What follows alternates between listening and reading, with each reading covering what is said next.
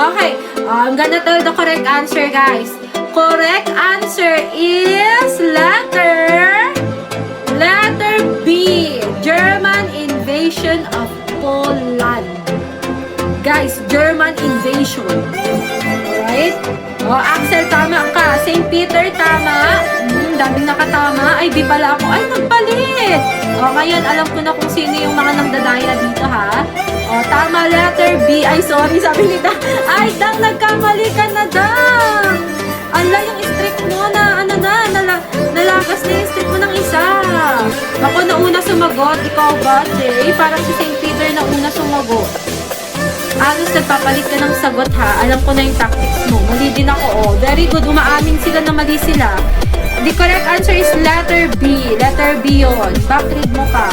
Sige na, naniniwala na ako, Jay. Plus 2 points si Jay. Siya ang unang sumagot. Plus 2 points. Okay lang yan, ma'am. Nobody's... Tama! Tama, Dang. Erwin, hello. Sige, ikaw na. Let's see. Punta naman tayo sa... body. This one is a question about our body. Okay, let's see. Which blood cells help fight infection? Which blood cells help fight infection? Which blood cells help fight infection? Letter A. Letter A, red blood cells. Letter B, white blood cells. Letter C, platelets. Or letter D, plasma. St. Peter, may white blood cells na. May letter A. Okay, may letter A, may letter B.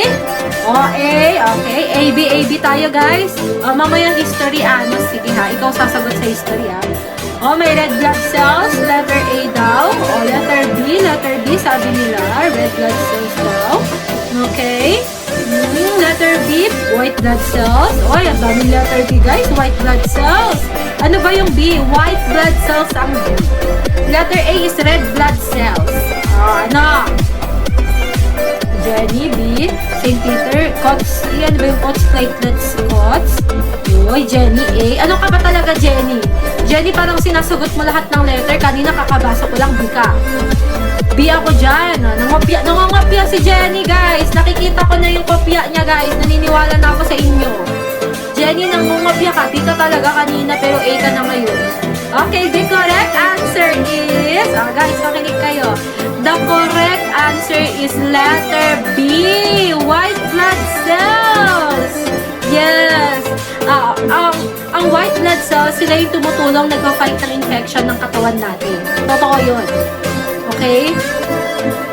Yung red blood cells, something about, parang, may ano siya sa hemoglobin, yung oxygen. Siya yung nag-aano yata ng oxygen. Salamat, Google. Hi, Jay, alam ko na nag-google. Kaya kick out na kaya kita dito. Bawal nga yan eh. Nag-google pa kayo. Antibody. Antibody yung last. Di ba may three, first one is our skin. Next one is white blood cells. And lastly, yung antibodies. Yung pinakalas yung antibodies. For example, itong skin, sila yung nagpo-protect ng labas natin. Pero kapag nakapasok na at nasugatan na tayo, white blood cells na yun. Yung pag may dugo na, white blood cells na yung pumafight doon. Pag hindi nakayanan ng white blood cells, papasok na si antibodies. Ganun yun. Kanina po, ang purpose ng red blood cells. Ang red blood cells, something about sa oxygen siya. Parang siya, hemoglobin, parang siya yung naglalabas yata ng oxygen. Guys, sorry, nakalimutan ko na. 3 points, correct. Ay, Ate Rika, hindi ko, ano yung oxygen? Guys, may doctor dito, guys. May doctor dito. Ate Rika, ano ba? Sabi ko na, nagkikerry ng oxygen. Something about sa oxygen siya. Guys, may doctor tayo sa live, guys. Tama daw. Red blood cells sa oxygen siya, guys. Nagkikerry siya ng oxygen. Next question. Next question tayo, guys. Okay, medyo hirapan natin dahil matatalino kayo dyan, ha? Which, alam na nila yan. Okay, alam na din nila yan.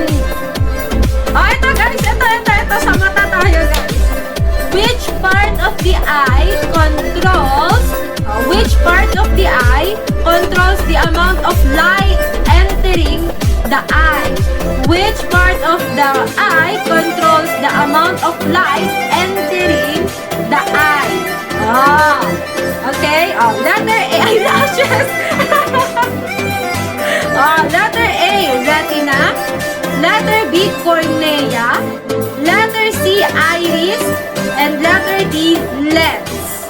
Letter A, retina. Letter B, cornea. Or letter C, iris. Letter D, lens. May mga sumagot na. Let's see.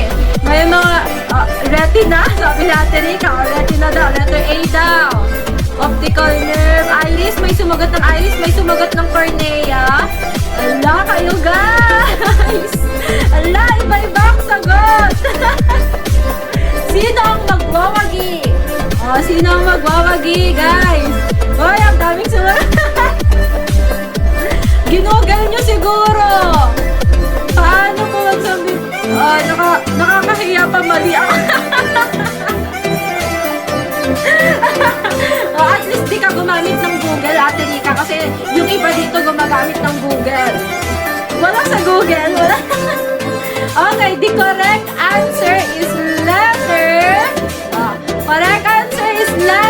C.